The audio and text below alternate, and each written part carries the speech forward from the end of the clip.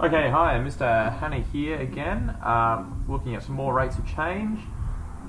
If you listen carefully, you might be able to tell my housemate is still playing drums, but instead of being annoyed, just pretend it's like a cool soundtrack, like in the film Birdman. And then you'll, enjoy this video and perhaps nominate me for an Oscar. Anyway, what we're looking at today is these three things. We're looking at speed, which you're well aware of, is just distance per change in time. Velocity, which is displacement over time, so we've got to figure out what that means. And then acceleration, which is velocity over time. So introducing a few more keywords. Best way to understand these keywords is by just thinking about an example. So let's lay out, say, a big measuring tape where someone's going to be sort of walking. Okay, so this is our distance here, which we'll use. Let's use X to talk about where something is positioned, and let's say that that's measured in meters. So it starts here at 0 meters, and let's make this, say, 5 meters along, and this could be 10 meters along, this sort of measuring tape, if you like. Okay, so let's have someone sort of walking along. So this person, they start here at 0, at time equals 0. Let's measure time in seconds. So 0 seconds there at the start. Then after a while, they reach this point here, 5 seconds. So at 5 meters. Let's say that took them, 3 seconds to get there. So time is now 3 seconds. Okay, then this person turns around and they walk backwards, say 2 meters. So they go back 2 meters to here at 3 meters, and that takes them another second, so that's 4 seconds there. Then they turn around again and go forwards all the way to 10 meters, so maybe they dropped their pen, who knows. They're back over here at 10. That took them, let's say, so 4 seconds there, so let's say it took them another 4 seconds to get over here, so time is now 8 seconds. Okay, what an adventure. So they started here, 3 seconds to get here, then 1 second back here, they dropped their pen, whoops. Then they went forwards over here to 10 meters, where they gave me a high five. Awesome. Okay, so now let's think about their speed first. Okay, so speed is just distance over time. Distance over time. So it's pretty easy. Let's think about it. First they went 5 meters to here. So then they went back to here. So far they've travelled 7 meters all up. Then they went over here to 10. So that's another 7. So they did. Let's just write this down. They did 5 meters first off. Then they did another 2 backwards. Then they did 7 forwards. So overall they walked 14 meters. And how long did it take them? Well, it took them 8 seconds. 14 over 8. Should have made these numbers a bit nicer, but never mind. That's a little bit less than 2. So a little bit less than 2 for that. Let's just simplify our fraction. I'll halve both to get 7 over 4. There we go. So that's their speed. Now there's another thing which is called velocity. Now velocity is actually displacement over time. Okay, what displacement is actually the change in position. Okay, change in x, which we'll say is position now. Change in position over change in time. Okay, so the position is given by these numbers down the bottom. So position 0, position 3, position 5 meters, position 10 meters. So what we want to talk about is average velocity first. Let's talk about average velocity. So average velocity, well, the position got to 10 and time was 8. So let's simplify that to 5 on 4. So you can see that there is a difference between their speed and their velocity. In this case, their average velocity was slower because they had to go back and pick something up before they continued on. So there's a big difference between their speed and their velocity. Okay, now it turns out that velocity is actually a lot more widely used in the real world to describe motion. So, which actually, I probably should have mentioned this. This area is called kinematics, big fancy word that sort of means the study of motion, okay, how things move. And we use velocity quite a lot. So let's draw a graph. Let's draw a graph of the displacement per time. Okay, so here's time. We know it goes all the way to 8 seconds. There's a couple of key moments. Here's 4 seconds. 6. 2. Alright.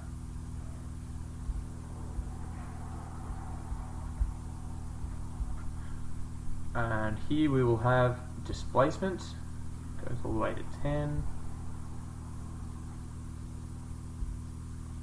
Let's put in a couple of key moments. 5, 3 is roughly here. Alright, and here obviously we've got 0, 0. So it starts at 0. Then after 5 seconds, we are at 5 meters. 5. Oh, hang on, made a bit of an error. At 3 seconds. My apologies. After 3 seconds of time, we have made it to 5 meters. Here we go. Then after 1 more second, we're at 3 here. There we go. And then after 8 seconds, we're at 10. Alright. So let's join these points up.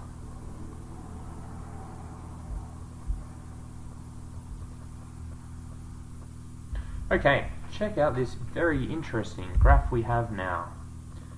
So, down here we have they're initially walking off at a constant velocity because it's linear. They get to this point, and now look at this, the gradient is negative. So what that actually means is going backwards. Okay, negative gradient means going backwards.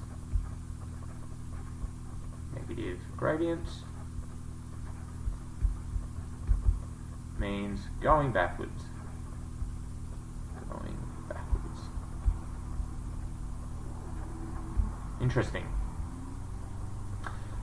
Now, you can also see, let me think.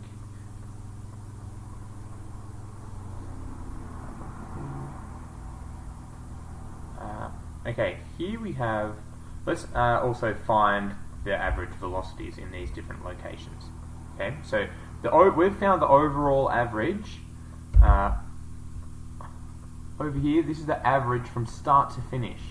Now let's find the velocity in all the different bits. Okay, so in this bit, the velocity was here. We made it to 5. Displacement of 5. Time was 3, so that's 5/3 there. In this bit here, there's a change of 2 in the y-axis over 1, so that's 2. By the way, our units here are meters per second. And here, change is 5, or 10 minus 5 is 5. And our time, well, that was between 8 and 4 seconds, so that's 5 on 4.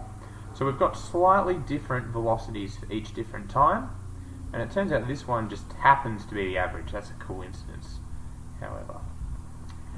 Okay, so there's a few interesting things about our velocity graph.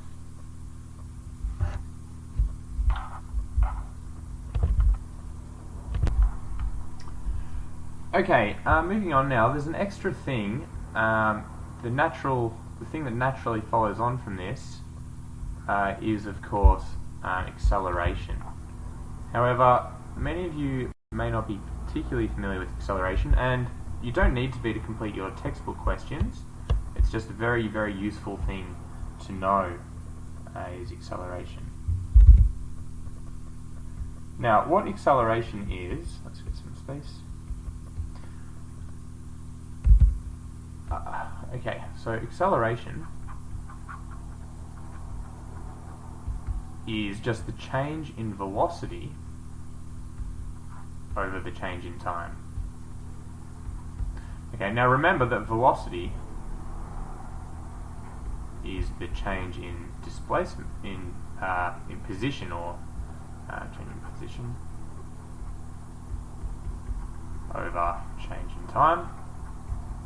Now we often use symbols to represent these things. So here we could be saying acceleration is the change in velocity over the change in time, and velocity is the change in position over the change in time.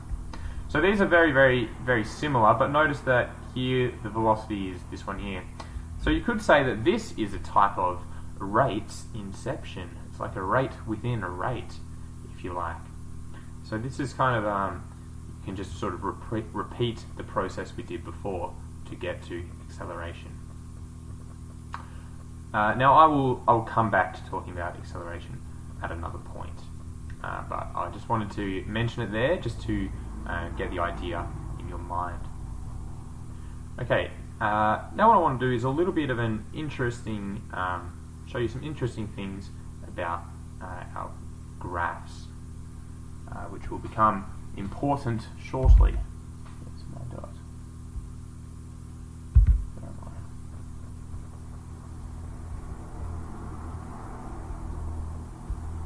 I? Okay.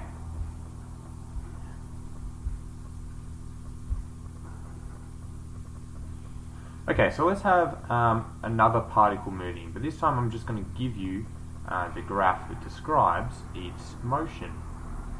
So here's the time of it, here's its position. By the way, a negative position can exist. It just means it's behind where it started from. But negative time doesn't really make heaps of sense. Alright, so let's say we've got a particle and it has this sort of a motion. Okay, so let's put in some values. Time equals 4. It can be 9, 8, 0, and then here that'll be, whoops, make that 10 there. Okay. Here we go. Here's a particle's motion of a particle moving in a straight line backwards and forwards. So here, the particle's getting further away from where it started from. Then it gets to here, the furthest it goes, and then it comes back. Oh, it's back to where it started. Oh, now it's gone before where it started from. So we can draw sort of a different sort of diagram to represent this as well.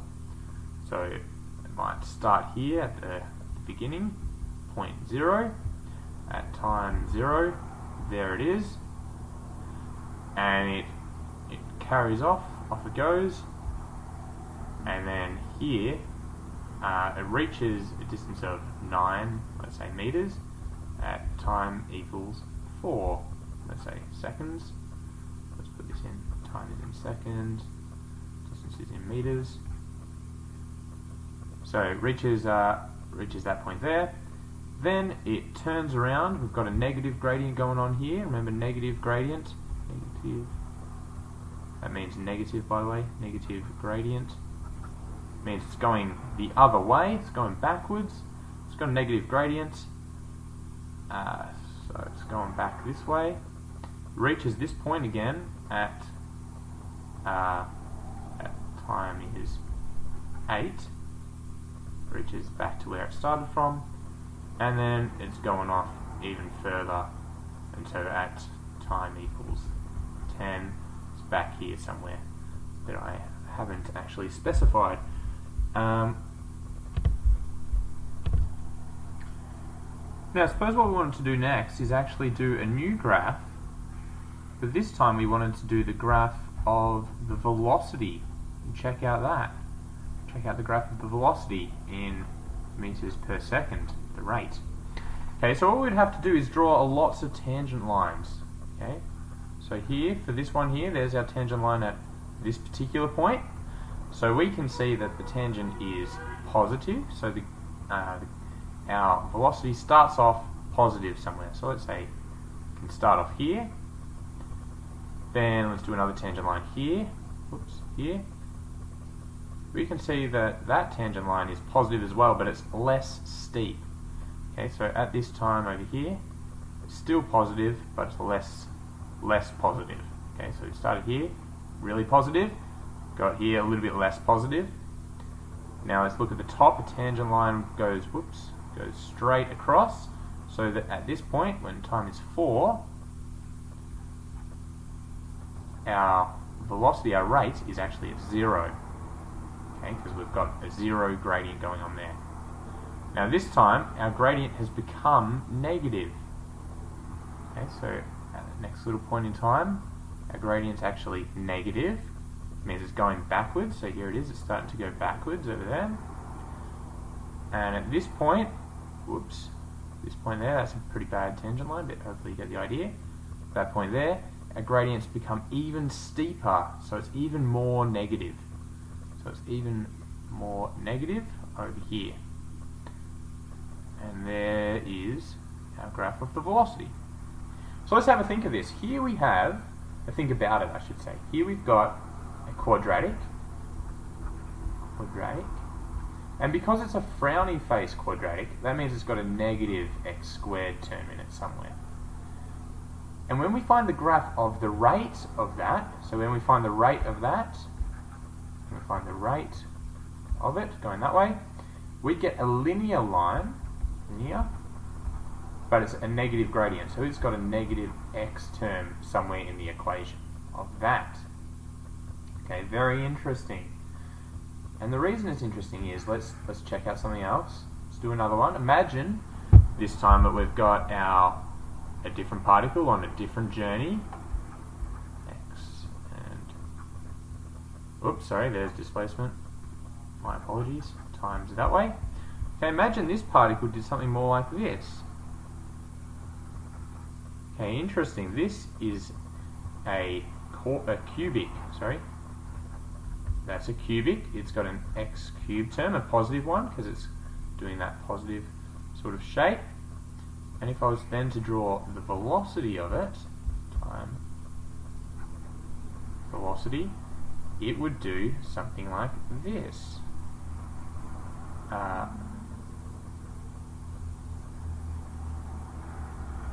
Something like that. Okay, where it's gone from a cubic to a quadratic with a positive x squared term in it. Okay, interesting. So let's think about this. Before we had a quadratic, and it went to linear, so negative x squared to minus x. Now, when we start off with a positive cubic, we end up with a positive quadratic. Very interesting. And if so, the velocity graph is like a rate of our displacement graph. And remember how I said acceleration is a rate of velocity? Hopefully you do. So because acceleration is a rate of velocity, if I then did an acceleration graph, in other words the rate of that velocity graph, it would go from a positive quadratic to, that's right, a positive linear. So that's linear now with an x term in it. So each time that I do my rates of change graph, I change from a cubic to a quadratic and then to a linear. So the order of my polynomial is decreasing each time. Cubic, then quadratic, then linear. Okay, and that is a pattern that you're going to find to keep going, that keeps on happening. So let's do one last example just to hammer it home, even though you probably understand it anyway. So let's start with displacement. This time we'll have a negative cubic, so that's got a negative x cubed term in it. Then if I wanted to do my graph of velocity, oh sorry, I put that in the wrong place, silly me. Velocity time, that is now going to look like this, because it'll, oops, sorry, look like, oh, undo. It'll look like this, because it'll have a negative x squared term in it. And then if I wanted to do my acceleration graph, which is the rate of the velocity, it would look like this, with a negative x term in it. It's linear. So again, we've got cubic, then quadratic, then linear, going down, decreasing the order of that polynomial as we go. So there we go. Hope that was good fun. No doubt it was. That should get you all the way through to the end of 8H, which possibly there we go, all the way through to the end of 8H. So best of luck and enjoy.